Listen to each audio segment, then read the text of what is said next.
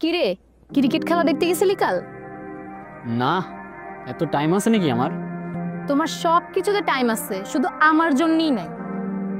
আচ্ছা শোন, আমাদের পাড়ার সব ছেলেরা ক্রিকেট খেলে, শুধু তুই খেলিস না কেন বলতো? আর যে ক্রিকেটেই শখ থাকতে হবে এমন কোনো মানে আছে?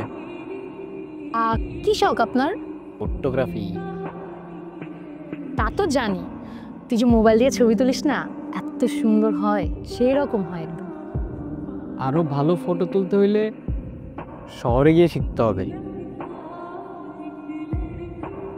ফটোগ্রাফিতে শখ আমার সেই ছোটবেলা থেকেই ঠিক করে রেখেছিলাম, ক্যামেরা আমি কিনবই। কি হয়েছে, তোর মুড অফ কেন? কালকে শহরে যেতেছি। শহরে যাবি মানে কি? তুই শহরের কারো চিনোস? বড় ভাই আছে, ফেসবুকে পরিচয়, ফটোগ্রাফার।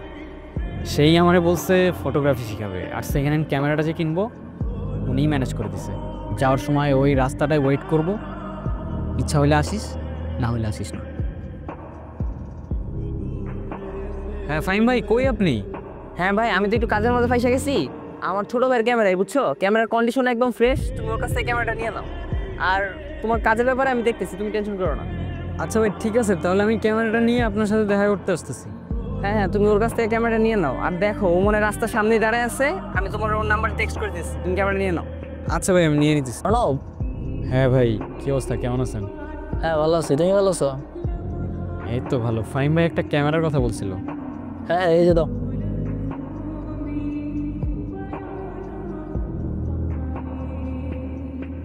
টাকাটা? ভাই পুরোটাই আছে। আচ্ছা ঠিক আছে, না ফাইনালি এত কিছুর পর ক্যামেরাটা কেনা হইল। এখন আমি আমার ড্রিম পূরণ করব।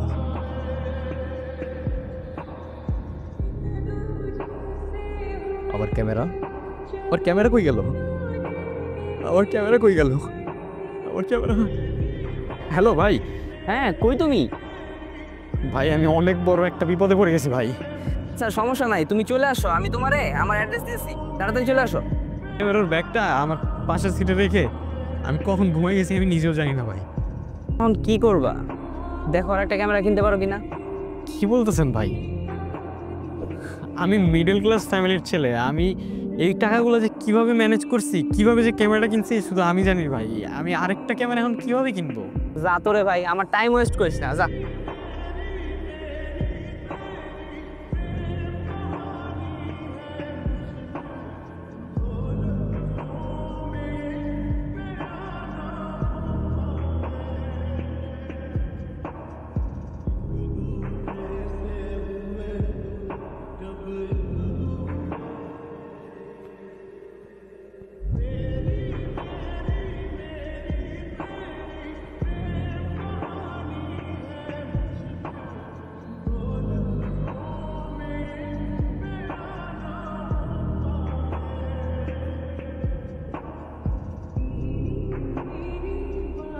কি মনে করছোস আমাগো শহরে আবি আর সবাই তার হেল্প করতে লেগে যাবে না? এই শহরে আমি নতুন হইতে পারি কিন্তু খেলোয়াড় অনেক পুরানো। ক্যামেরাটা দিয়ে দে।